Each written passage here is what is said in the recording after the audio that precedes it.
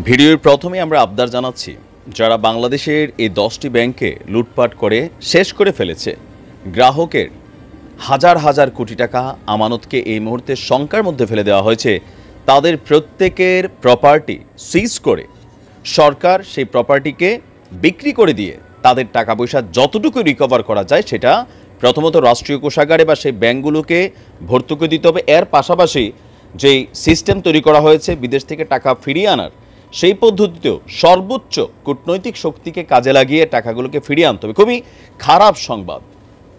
গত 16 বছরে কি পরিমাণ লুটপাট হয়েছে তার চিত্র হচ্ছে 10টা ব্যাংকের নমুনা। দেউলিয়া হয়ে গেছে।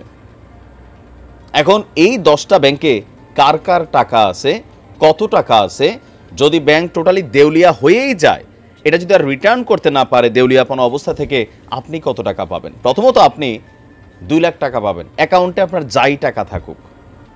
ধরেন আপনার অ্যাকাউন্টে 10 লক্ষ টাকা ছিল, ব্যাংক দেউলিয়া হয়ে গেছে, আপনি ওই ব্যাংকগুলোর কোনো একটাতে যদি আপনার আমানত জমা থাকে তাহলে আপনাকে ব্যাংক 2 লক্ষ টাকা ফেরত দেবে প্রত্যেক গ্রাহককে। এবার যদি আপনার 1 কোটি টাকা থাকে তাও আপনি 2 লাখ টাকা পাবেন। এটা এক অদ্ভুত সিস্টেম। তবে পৃথিবীর অন্যান্য দেশে নাকি এই সিস্টেম নাই যে শতভাগ আমানত রিটার্ন করে। তো পৃথিবীর অন্য দেশে তো এরকম লুটপাট হয় না, আমাদের দেশে হয়।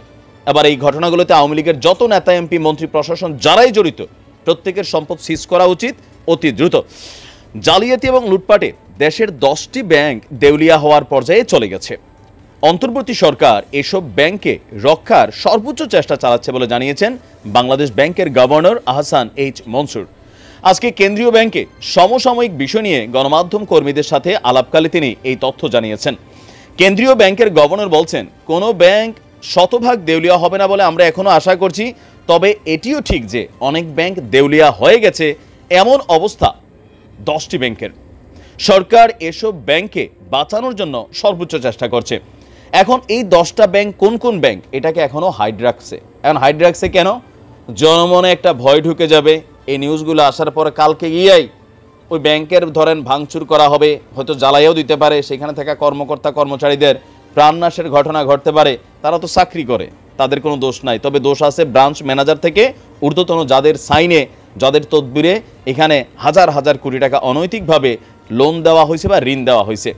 এমন পরিস্থিতিতে গ্রাহকদের আস্থা ফেরাতে ডিপোজিট ইন্স্যুরেন্স স্কিম 1 লাখ টাকার পরিবর্তে 2 লাখ টাকার করারও সিদ্ধান্ত নিয়েছে কেন্দ্রীয় ব্যাংক।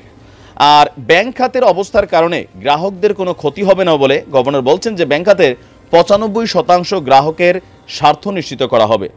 বিশ্বের কোনো দেশেই ব্যাংকিং খাতের আমানতের শতভাগ গ্যারান্টি দেয় না, আমরা 95% গ্রাহকের স্বার্থ নিশ্চিত করছি। তো ব্যাংকগুলোর নাম কি? দেউলিয়াত্বের পথে থাকা 10টি ব্যাংকের নাম উল্লেখ না করে তিনি বলছেন যে আমরা খুবই দ্রুত এই ব্যাংকগুলোকে আবারও রিফর্ম করার জন্য সরকারের পক্ষ থেকে সর্বোচ্চ চেষ্টা করা হচ্ছে। এখন এইটাও তো একটা শঙ্কা ছড়াই গেছে, না বলতেন একবারে নাই বলতেন, কিন্তু এখন যে বললেন এটার একটা ইফেক্ট তো গণহারে সবগুলো ব্যাংকের উপর পড়তে পারে। আমার মনে হয়েছে যে আমাদের যিনি গভর্নর আছেন তিনি যেই কথাটা বলছেন এটাতে একটা প্যাঁচ লাগিয়ে গেছে।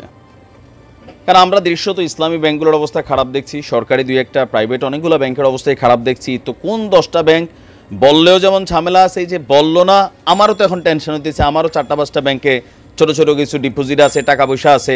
আমার তো মনে হচ্ছে আমার কোন ব্যাংক জানি দেউলিয়া হয়ে গেল, আমি জানি আমার টাকাটা পাই কিনা। কালকে তো যাইয়া দেখা গেছে যে আমি সব ব্যাংকে থেকে টাকা তুলে ফেলতে পারি।